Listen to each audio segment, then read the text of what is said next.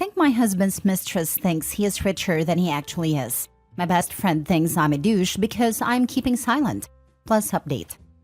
Original post. Husband in quotes because we are not married legally. He's 39, me 39, mistress 29, and best friend 39. We have been together for 14 years, living together for 11. He came and told me that he was in love about 3 weeks ago. I was surprised at the lack of care I had to give at receiving such information. I did love him, but maybe my love has always been conditional, and its survival depends on it being reciprocated, because it literally vanished the second he confessed to me that he was in love with another woman. He didn't want the separation, but to maybe open the relationship, or let his feelings for her subside. But I said it was over. It was like I never had feelings for him ever. He was taken aback by my indifference, which I thought, the audacity. Did he want me to be hurt and suffer? I told him that he should be relieved that he didn't cause pain. Instead, he has been sulking since. Last Friday I got home and mistress was there, sitting in my kitchen sipping my tea. I felt nauseous because, seriously? I told him that this wasn't civil at all, and to never be in my home again or I would call the cops. I went to my room and I heard her yelling at him for not standing up for her.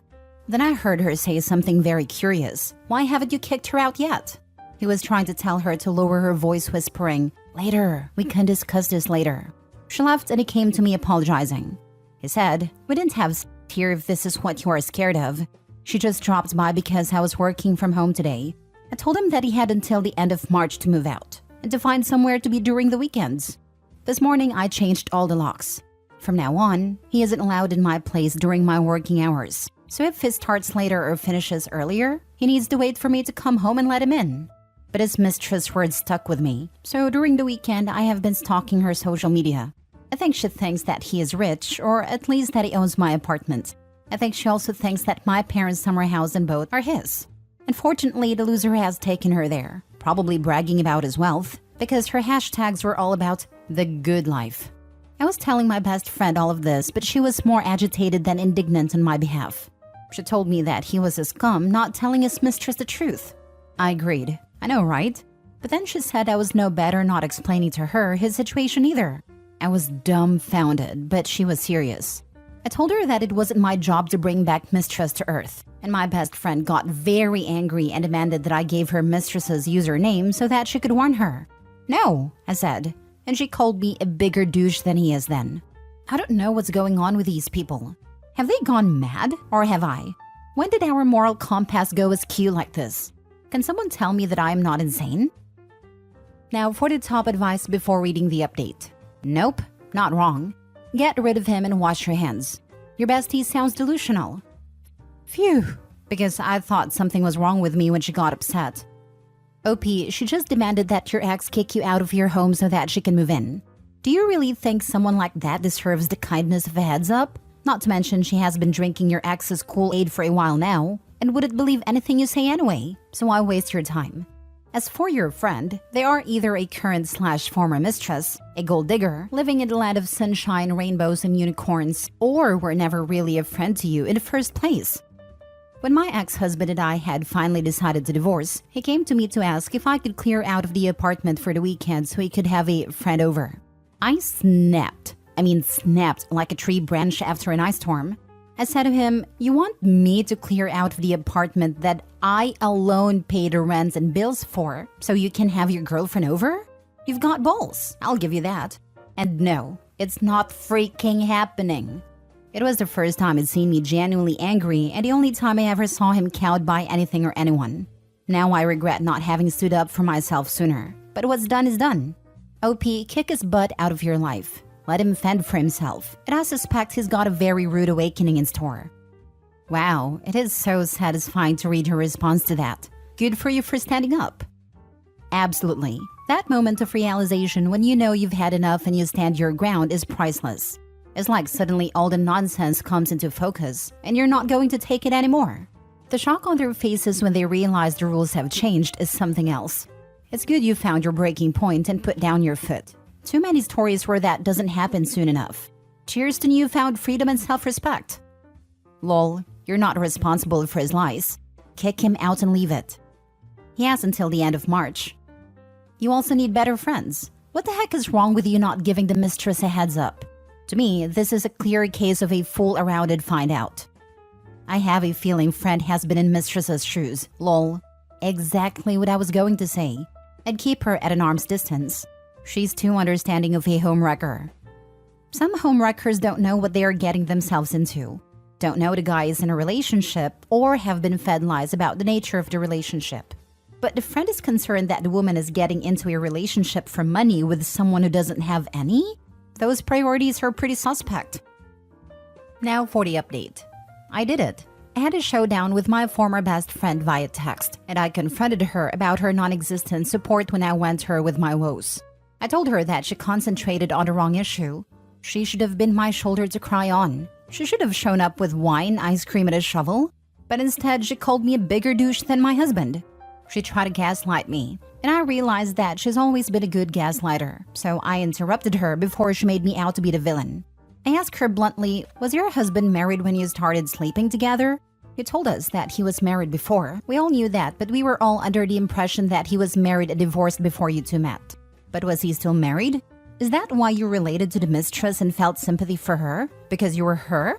She didn't answer me until next day to call me a bitter and jealous bitch. Wow. This was the last one-on-one interaction with her, I have decided. She's been my friend since preschool, but now we need to go our separate ways. Not only to save us from future hurt, but also to save our memories together from hurt. I talked to my husband too, and asked him to not make the separation difficult and bitter that it ruins all the happiness we felt being together, because we cannot think back on 1/3 of our lives with resentment. I asked him to take my dad's offer. He offered to help him find a lease on an apartment and pay half a year's rent if he moved out without giving me problems. When I got home, he and his clothes were gone. He left an apology letter saying that he will always love me and never meant to hurt me. So I have finally been able to cry my eyes out, and it felt so good. I've been crying since I got home. I lost 2 of my closest people, but this is what happens when we hit hardships. We see people's true faces. This is my update. I don't know if anything major will happen to make more updates. It is time for me to move on. Wow, OB, good for you. Your friend is definitely not worth your time, and your soon-to-be ex should be thanking his lucky stars that you are so kind. You've said it quite succinctly. OP is actually kind-hearted to help the cheater out. Much better reaction than I would have had. And I'm happy that she called out her ex-friend's BS. Projecting much, eh? Just like the comments under her previous post said. She was truly something else, that one. OP, good to cry it out. But hopefully there are better things around the corner for you. Good luck. It is not out of kind-heartedness. I can't just kick the man out without a fight or a bribe. If I had started eviction proceedings, I would need at least 6 months to do so, and I didn't want him in my life for this long. So I'm bribing him. Housing is very scarce, and primary lease is almost impossible. My dad has connections with landlords, so he agreed to move out. He is living with his parents now until he gets his contract. I'm happy it didn't get more complicated. This was what my lawyer advised me to do, because taking the eviction route would have made it drag for months. I feel for OP. How gutting to find out 2 people so close to you are such dirtbags. I hope we get an update where the mistress finds out. Amen. Reminds me of a post I saw yesterday. Girl's friend had phone sex with a married man and didn't see the problem with it. There are 2 types of affair partners, those that know and those that don't. The latter is whatever, but the former are hell to a man. He left an apology letter saying that he will always love me and never meant to hurt me. Sure was acting like a man who didn't want to hurt her. It looks a lot like he just wanted her to notice him, and went about it with the logic of a 5-year-old. Instead of having a mature conversation and talking about how he felt, he figured having an affair should work. The whole thing is written with such a lack of interest, and the offhand comment about her having her own room, that it sounds like the marriage was dead for a long time. The ex just made it official by being a douche. It all sounds to me like she's not responsible for how much of a prick the ex was, but had a hand in getting to that place. I really don't think she deserved that treatment, but I feel like there is more to the story. The BFF is just bizarre though. It's like she was having an argument about something completely different, while the OP was suffering. Last story. I left my wife and it took her over a week to notice. I, male 35, was married to my wife, female 35, for 8 years. I left her 5 years ago. We are child-free by choice. Her choice. I'd always said we had a good relationship and marriage. but looking back, I see that it was good for her. Here is my story. I've always been the nerdy type. Smart, good grades, but never popular. I am from a very well-off family. Due to my grandparents' inheritance and some smart investments my parents did, I did not have to go to college or work and still have a comfortable life. But I love what I did. I met my wife my first year in college. She was in my class and was looking for a tutor. She was a scholarship kid. We spent more and more time together, but never in the weekend. I wasn't the outgoing type, and she would still go out in the weekend. After a while, we started going on dates, and after I graduated, we got married. Looking back, she started making decisions for us as soon as we got together. My wife worked the first half of our marriage, and when her company downsized, she got laid off. She became a stay-at-home wife who was not at home that much. She had friends she took trips with, had a lot of lunches and dinners with her friends, basically spent my money on her well-off lifestyle. While I remember our love life being passionate in the beginning, it's just that, a memory. When I was 29, I was involved in a car crash. They say a drunk driver totaled my car, but I still have no memory of that day. I was in coma for 2 weeks. After waking up, I had to learn to do a lot again. After 4 months, I went back to work. When I came back home, my wife put me in the spare room. She said it has been like that a while because I was snoring. I kept my mouth shut, but I knew that this was new. The accident somehow gave me clarity of my mind. I could see that a marriage has been over for a while, but I still wanted to see if I could save it. Everything I tried failed.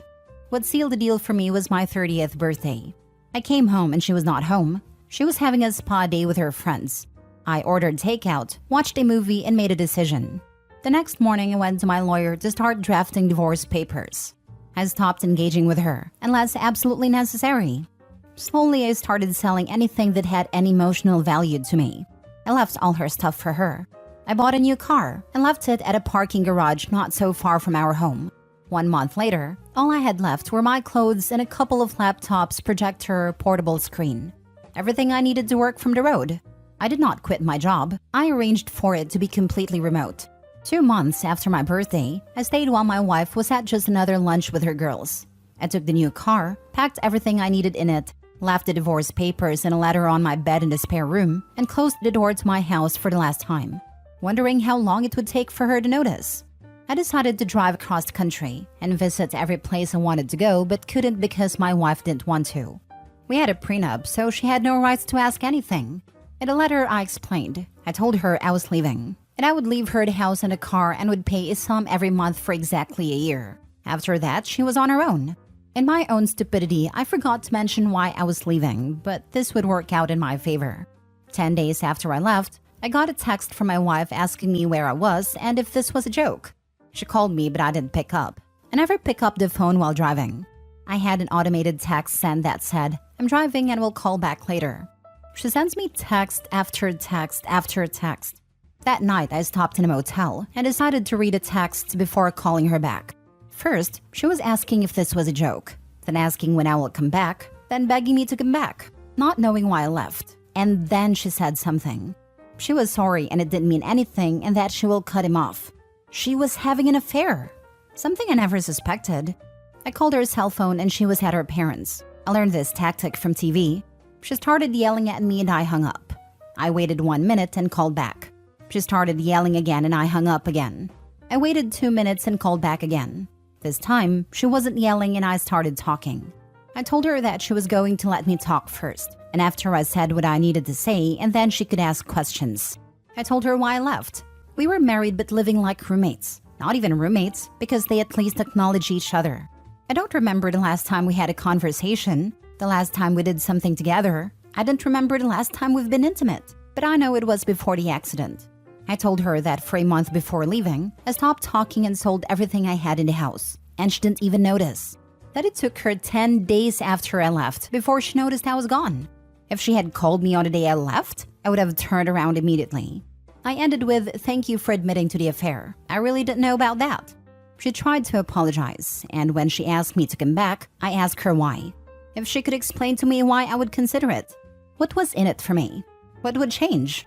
She couldn't answer. So I said goodbye and told her my lawyer knows how to contact me. Then I blocked her. The next day, I bought a new phone with a new number and left the old one in the motel. 2 weeks later, I got an email from my lawyer that the divorce papers were signed. I was free. I kept my word. My lawyer already had all documents signed by me that would transfer ownership of the house and the cars to her. The bank automatically deposits a fixed amount to our shared account every month for a year. Where we are now. For the past 5 years, I have been driving across the country, working remotely. I finally had a reason to start social media. I posted online where I've been and where I'm going. I stay in a place for a couple of weeks and drive to the next. My ex-wife started following me on Instagram a year after I left, and out of curiosity, I looked at her public posts. I'm not planning on following her back. She posted pictures with her boyfriend soon after I left. To her credit, she did not badmouth me, at least not on Instagram. 2 months after I left, they apparently broke up. That was the last time I really had an update of her. I also have a life now. Once I put myself out there, it turned out to be easier to have casual hookups. No committed relationship. Now, after years, I'm going back to my hometown. There is a reunion I want to attend. I'm staying for a month, maybe 2, and then I'm going to Canada. I have no plans of looking up my ex, but I will also not actively avoid her. If I see her, I'll see her. If I don't, I don't. Crazy story. This is a happy way for getting back on your own legs. Don't even meet her. She is selfish and horrible. Don't waste your time with her. She's a gold digger. Good story. You realized something was wrong and decided to leave your wife. That was smart. But I think that before the accident, she had her adventures. After the accident, when she decided to have you move into the guest room, she didn't want to be unfaithful to her lover with you. Why did you leave her your house? As someone that recently got out of an abusive marriage, you have no idea how much more mental anguish and loss of physical time and energy I would have had to endure if I tried fighting for anything extra for my ex-wife. What I would have to go through to get the apartment and a car was not worth the stress and anxiety and fear of her retaliating. Simply walking away and starting over from nothing was so much better for me. And I'm sure OP felt the same, though he at least had more backing to start off with than I did.